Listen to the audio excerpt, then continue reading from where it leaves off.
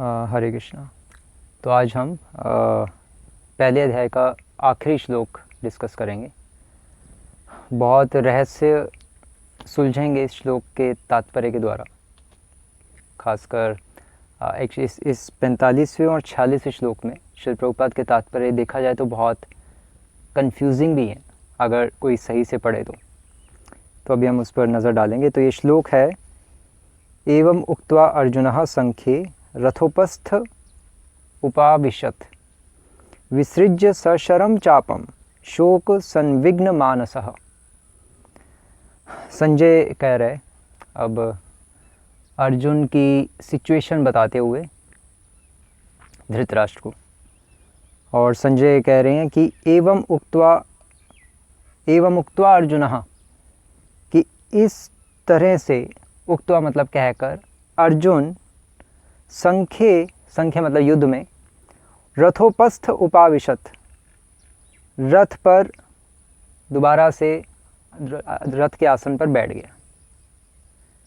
क्योंकि दोबारा से बैठ गया मतलब, तो श्रील प्रभुपाद इसके तात्पर्य में लिख रहे हैं कि अपने शत्रु की स्थिति का अवलोकन करते समय, जब वो निरीक्षण कर रहा था कौन कौन आया हुआ लड़ने, तो उस टाइम वो अपने रथ पे खड़ा हो गया था देखने के लिए।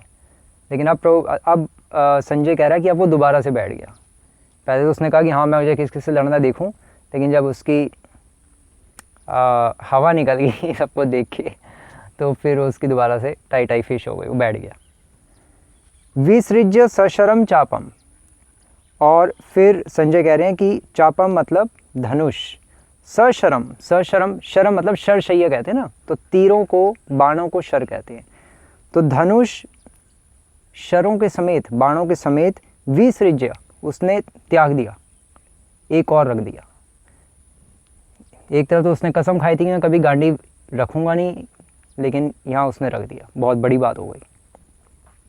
शोक संविघ्न मानसः, और शोक से संतप्त, अब उसका पूरा मन शोक से संतप्त हो गया, पूरी तरह से फ्रस्ट्रेट हो चुका अर्जुन। तो श्री प्रभुपाद लिख रहे हैं इसके तात्पर्य में कि अपने शत्रु की स्थिति का अवलोकन करने के लिए वो रथ पे खड़ा हो गया और फिर दोबारा से बैठ गया परेशान होके। और फिर श्री प्रभुपाद जी लिख रहे हैं कि ऐसा दयालु तथा कोमल हृदय व्यक्ति जो भगवान की सेवा में रत हो, आत्मज्ञान प्राप्त करने के योग्य है। और इसके पिछले श्लोक के तात्पर्य में भी श्री प्रभुपाद जी लिख रहे हैं कि इन सब लक्षणों का कारण उसकी दयाद्रता है, जो भगवान के महान भक्त होने के कारण उत्पन्न हुई। तो देखा जाए तो बहुत कंफ्यूजिंग है, क्योंकि एक तरफ तो हमने सुना है कि, मतलब सुना क्या, श्री प्रभुपाद भी, मतलब अपना सभी श्री प्रभुपाद भी अपने लेक्चर में कहते थे, और सब जगह लिखा भी है कि अर्जुन तो माया में चला गया था।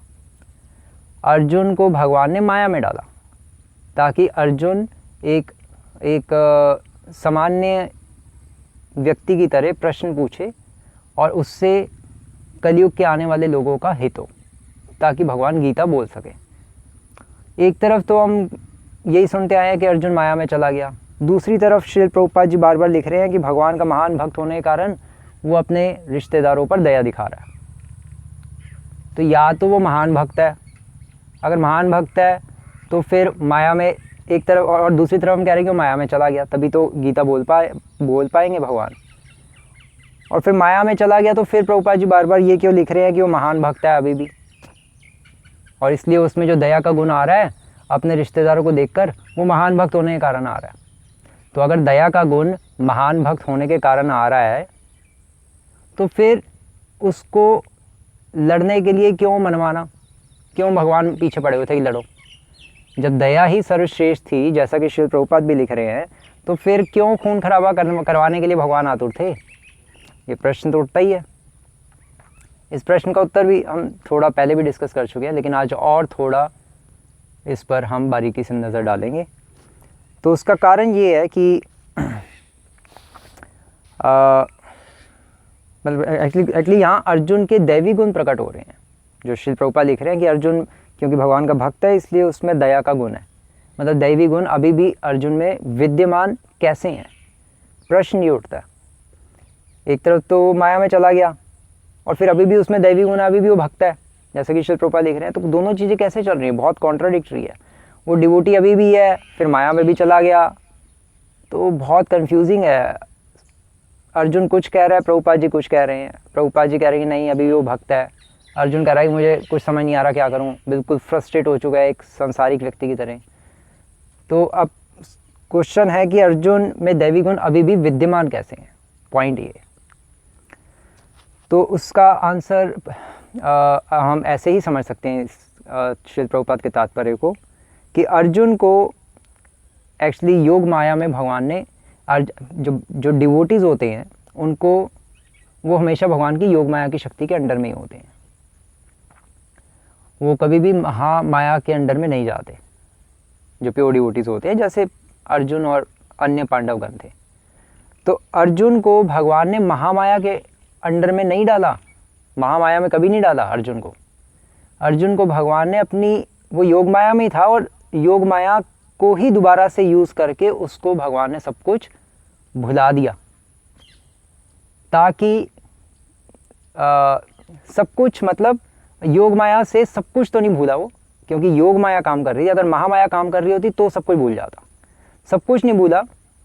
और आप कहोगे कि दोबारा से योग माया के अंडर चला गया, तो पहली बार सुना है फॉर एग्जांपल, ये कैसे हो सकता है योग माया के अंडर चला गया। हमने यही सुना वो माया में पड़ गया था, वो माया में पड़ गया था, लेकिन वो योग माया में पड़ गया था। योग माया से ही भगवान ने उसको भुला दिया। क्यों?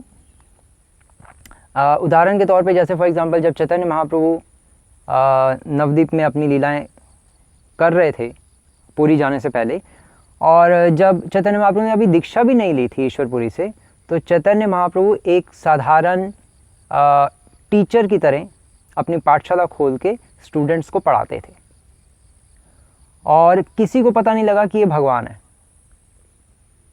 बाद में पता लगा जब वो गया से दीक्षा लेकर आए और खूब कृष्ण प्रेम में पागल हो गए, कृष्णा कृष्णा बोल रहे हैं, गोपी गोपी बोल रहे हैं, तब पता लगा कि अरे ये तो भाई बहुत बड़ा भक्त है। और फिर महाप्रभु ने दिखाया कि मैं भगवान हूँ, अपना रूप दर्शन करवाया कई डिवोटीज़ को। उससे पहले किसी को पता नहीं लगा। क्यों नहीं पता लगा? क्या सारे डिवोटीज़ माया में थे? नहीं, वो तो अपना भक्ति कर रहे थे। क्यों नहीं पता लगा? क्योंकि सारे डिवोटीज़ को, सभी डिवोटीज़ को भगवान की योग माया शक्ति ने भुला के रखा हुआ था कि ये भगवान है, और समय आने पे सबको फिर भगवान ने खुद ही प्रकट किया। तो भगवान अपनी योग माया की शक्ति को यूज़ करके अपने डिवोटीज़ को भुला देते हैं कि मैं भगवान हूँ। लेकिन अर्जुन भी इसी तरह से भूल गया कुछ टाइम के लिए, ताकि अर्जुन फिर कुछ क्वेश्चंस पूछ पाए। लेकिन महामाया के अंडर नहीं गया, क्योंकि अगर महामाया के अंडर गया होता तो अर्जुन को याद ही नहीं रहता कि ये जो मेरे सामने जो बंदा खड़ा है कृष्ण नाम का, ये भगवान है। अर्जुन को याद नहीं रहता। और अर्जुन को ये याद था कि ये जो कृष्ण है, ये जो मेरा फ्रेंड है, ये भगवान है। तभी तो अर्जुन ने अपना दुखड़ा रोया और फिर शिष्यत्व स्वीकार करके उनसे गाइडेंस मांगी। और फिर 10वें अध्याय में अर्जुन ने भगवान को कहा कि भगवान मैं आपका विराट रूप देखना चाहता हूँ, मुझे अपना विराट रूप दिखाइए। क्यों कहा? तो श्री प्रभुपाद उसके तात्पर्य में लिख रहे हैं कि इसलिए कहा क्योंकि अर्जुन दुनिया के लोगों को दिखाना चाहता था, कलयुग के लोगों को खासकर, कि ये जो कृष्ण है ये भगवान है, कोई आम आदमी नहीं है, आम आदमी पार्टी का नहीं है, ये साक्षात भगवान है। इसलिए अर्जुन भगवान को कह रहा था कि मैं आपका विराट रूप देखना चाहता हूँ। ऐसा श्री प्रभुपाद अपने 11वें अध्याय के लगभग 3 या 4 श्लोक के तात्पर्य में लिख रहे हैं। तो अर्जुन को पता था कि ये भगवान है, और अर्जुन तभी तो वहाँ पे भी दोबारा कह रहे थे कि अपना विराट रूप दिखाइए लोगों के हित के लिए। और तभी इतने अच्छे क्वेश्चन भी अर्जुन पूछ पा रहा है गीता में, जो हम कभी पूछ भी नहीं सकते देखा जाए तो ये सारी चीज़ें। तो इसलिए अर्जुन में अभी भी दैवी गुण है, अभी भी वो कोमल हृदय का है। क्यों है? दया का भाव, दया का गुण उसमें अभी भी विद्यमान क्यों है? क्योंकि वो योग माया के अंडर में ही है अभी भी। महामाया में नहीं भगवान किसी को ज़बरदस्ती भेजते, खासकर अपने डिवोटीज़ को। उनकी फ्री विल में इंटरफेयर थोड़ा ना कर देंगे, लेकिन थोड़ा बहुत लोगों के कल्याण के लिए भगवान ने उसको योग माया में ही रखा, ताकि वो कुछ ऐसे क्वेश्चंस पूछ पाए जो कलयुग के जीवों के हित में हो। तो इसको इसी तरह से हम समझ सकते हैं कि क्यों श्री प्रभुपाद बार बार कह रहे हैं कि अर्जुन अभी भी शुद्ध भक्त है, अभी भी शुद्ध भक्त है। तो भैया अगर शुद्ध भक्त है तो फिर भगवान पीछे क्यों पड़े हुए हैं कि नहीं मारो, दया का गुण गलत है? तो दोनों चीज़ें चल रही हैं। वो शुद्ध भक्त है तभी तो वो गीता सुन रहा है और भगवान पे पूरी श्रद्धा रख के भगवान को भगवान मान रहा है और उनसे टीचिंग्स ले रहा है और उनको कह रहा है विराट रूप दिखाइए, सब कुछ कह रहा है। लेकिन उसमें दैवी गुण इसलिए हैं क्योंकि अभी वो डिवोटी है, लेकिन योग माया में के कारण वो भूल चुका है, थोड़ा सा उसको भगवान ने भुला दिया ताकि वो कुछ क्वेश्चन रेज कर सके। बस ये इसका सॉल्यूशन है और कोई ज़्यादा बड़ी कहानी नहीं है। पूर्ववर्ती आचार्यों का भी ऐसा ही मत है। हरे कृष्णा। श्रील प्रभुपाद की जय। अब कल हम अध्याय 2 करेंगे, कल से। हरे कृष्ण।